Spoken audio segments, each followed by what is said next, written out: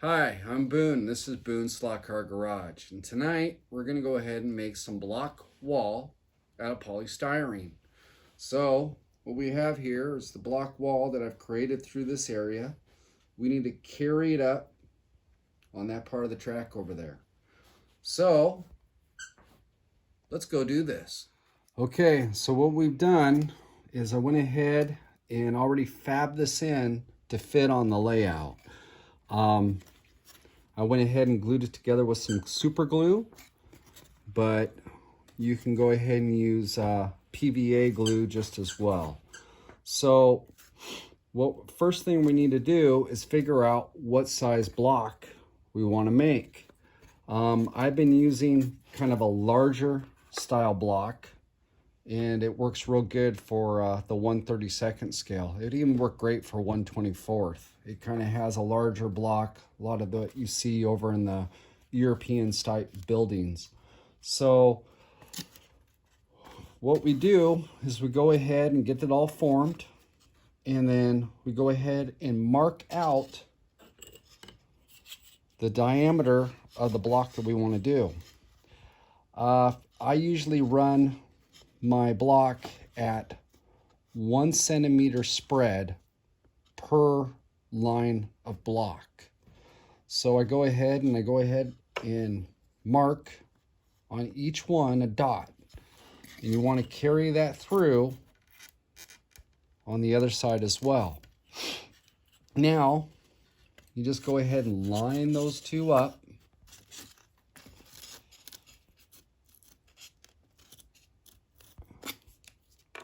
and scrub a line right down through. Line up the next ones, and so on. Now that we got our lines all the way down through to the line of the block, I go ahead and I mark these out at 1 inch. So you want to go ahead and put this up on top and mark each one out at 1 inch. Now I've done the other side at this point, okay? And this is the top of the wall. So we have where the top bricks are coming all the way up and over. It's important that you line this guy up perfectly with the other side. That way it looks uniform on both sides. And the block wall that we're building tonight can be seen from both sides because it's kind of a retaining wall on the edge. So we can go ahead and mark these guys out. I gotta line it up a little bit better. It should be a 1 inch spread, and it is. So we just go ahead and mark these guys down just like that. All right, now that we got that first line established, you want to skip every other line and go ahead and put a mark. You could probably get away with not doing this step, but if you're working a big section of wall, it's a lot easier to do this one step than having to redo your wall, because I can't tell you how many times I've not done this, and then I've gone in and I realized that I've done like 2 bricks simultaneously of each other, and it throws off the rhythm of the whole entire wall. So doing this one extra step helps in the long run. So just go ahead and skip every other brick, make that mark. And trust me guys, it helps. So go ahead and do it like that. And voila, we got the first part. Okay, now that we got this all scribed out, you need to get yourself a soldering iron, and you go in and start tracing the areas that you did. So it just cuts right across. So I always start out with the long runs first. You work your way all the way down through. Now you don't want to go too deep, but then again, you don't want to go too shallow either. So, and it's important to keep it going because as you can see, it can go ahead and make some pretty horrendous holes if you keep it in one spot too long. Nice thing about block wall is that we want to show that it's all weathered and everything else. So this line doesn't have to be completely perfect. It can have some mistakes in there, and you can make it work for you. So just keep on following that guy down, just like that. So now that we have all our lengths done, remember those marks we made? Now we want to come in, line it up. Now it's important when you're up on like the top of a wall or something, and you have these marks going across, you want to line it up on both sides. So we bring this guy down first, just like this. And if you cut them fairly deep, it helps with the realism of the wall. So just line those guys up and bring them across. Now with the marks down the side, just follow those down. Okay? So we'll bring these guys down through. And see, I just messed up right there. But we can make it work. So bring this guy there.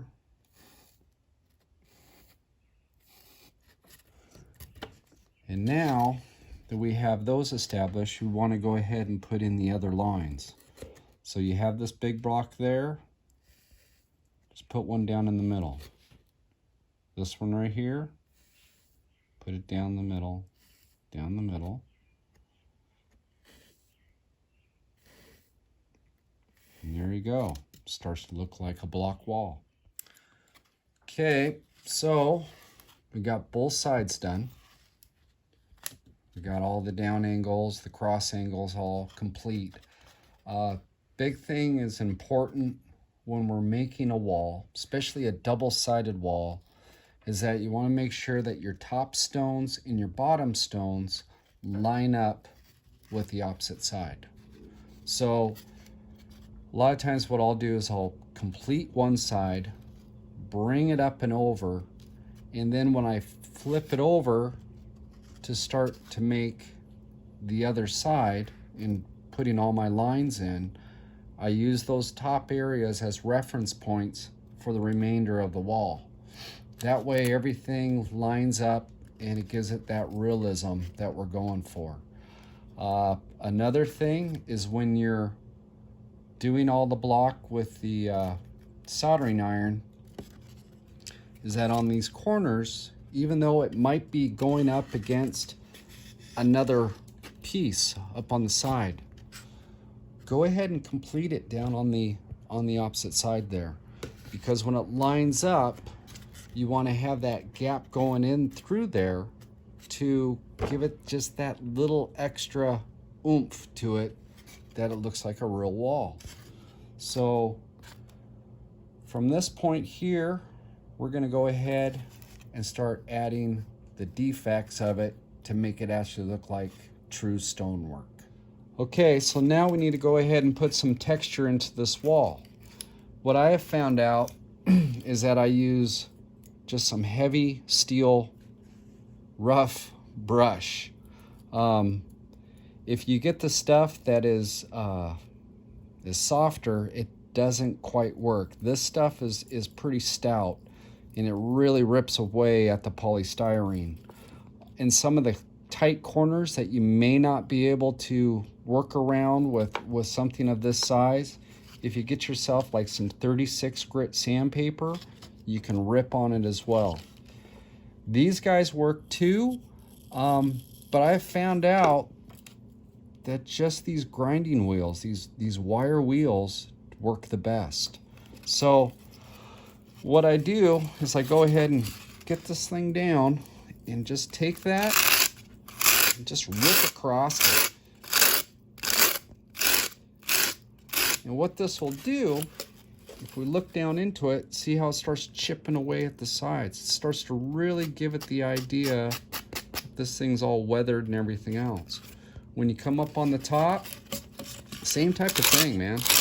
Just rip away at that. Give it some real good texture and everything else. Just tear down on it, different directions.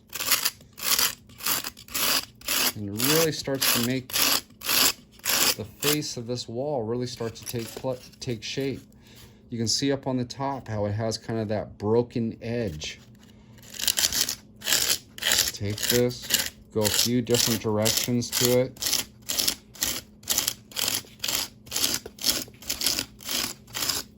And just voila, we got texture. So now that we got this all roughed up, you can see how the edges are all kind of chipped away and it looks really weathered. It's got some nice texture to it. What we want to do now is we got to go ahead and seal this all up. What I use for that is drywall joint compound. And I just go ahead and take a brush, just take this and put it right on into it. And I'll load it up just like that, kind of work it down inside the block. So you can see, let's get a little bit more down on this. And what this does, it kind of fills in between and it makes it look like mortar. And at the same time, it actually puts a coating over the top so that it gives a little bit more strength and whatnot when it dries. So then, take a smaller brush and clear this off a little bit. And you can see how the long lines of the block are real pronounced. So if you go ahead and just drape that across, what you're doing here is cleaning off the excess and plus pushing it down in. And then just kind of come down through. You know where we put those different lines in the block. And just start working it on in. And what this will do is give it that last little bit of a realism to it.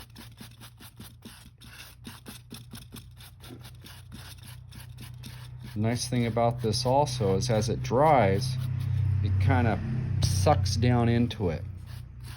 So if you get it to this point right here, where you can see how you still got those lines inside that block, when it dries up, it'll actually pull itself down through, so it'll be a little bit more pronounced. So what I'm going to do is I'm going to go ahead and finish this all up on both sides. We'll wait and make sure it's all cured, and we'll start the painting process. All right, so I got it all covered with that drywall joint compound. And now we just gotta let it dry. So you can see how it's all down inside and how it gives the appearance of a mortar that's between the block. So nice thing about this is too, guys, is that if you make kind of an error or something like that, maybe you have a seam that isn't quite right, you can take this, put it in there and blend it, and it just gives that character, that extra character to the wall.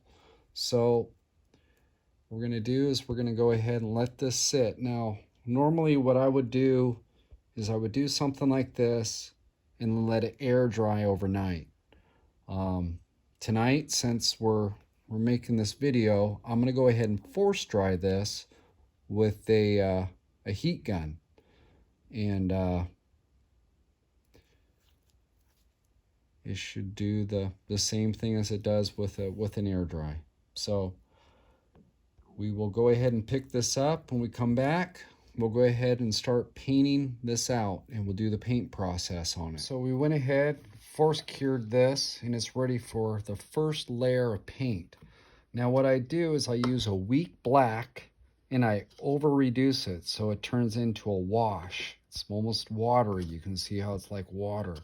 What this will do is when you put it on, it'll go into all the low areas. So like between the bricks. So when we put this on, go ahead and swirl it on. And we're gonna paint the whole entire thing black to start out with.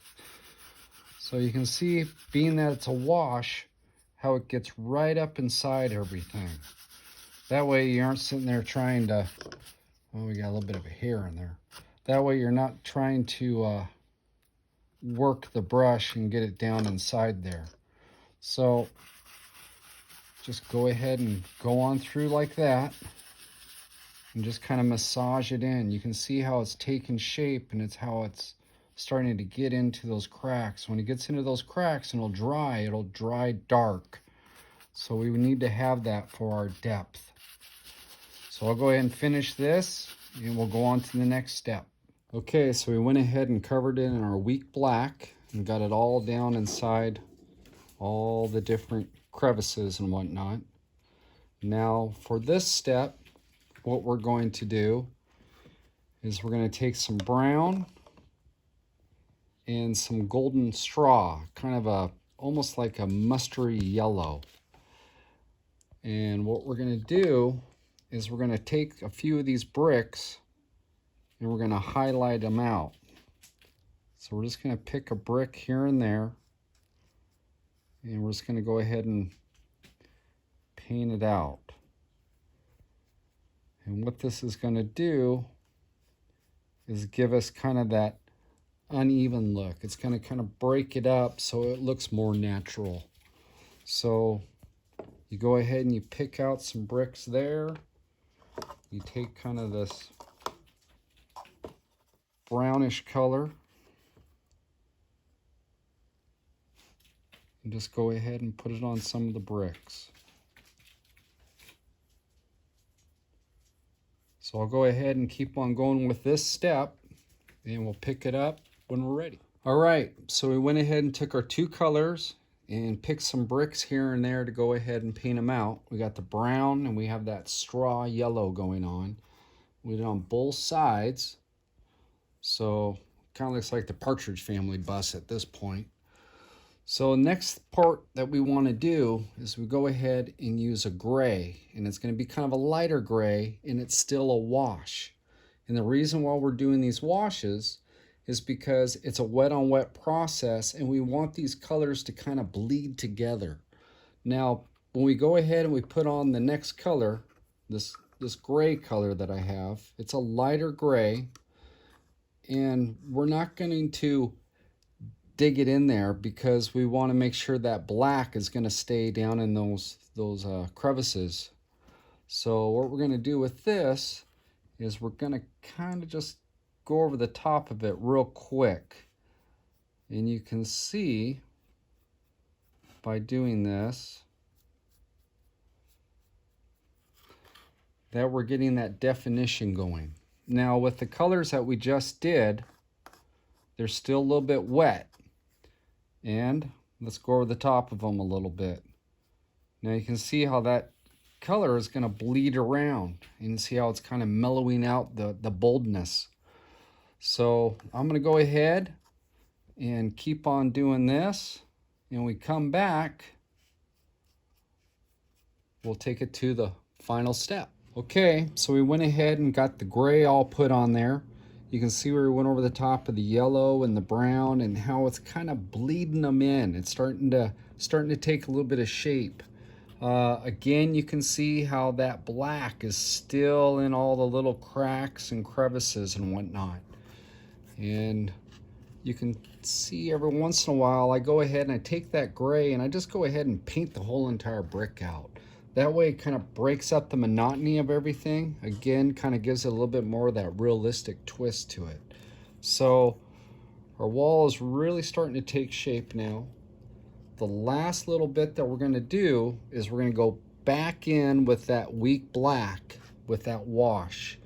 This time we're not going to be as aggressive with it, and we're going to go ahead and make sure it's kind of, we're going to use more of the watery side of the mixture, and we're going to use that to work these colors so that we can blend them out. So here we go. We got some of this weak black, and we're just gonna kind of give it one of these little scrubs. Again, being that it's a wash, the black is gonna work into those crevices. But this is gonna kind of give it that little bit of a look. Now some of this yellow starts to get a little too much. You can always kind of dip down into it and kind of mellow it out by adding a little bit more on top of it. But we're going to go ahead and just kind of scrub this down, kind of take these colors, make them kind of bleed out.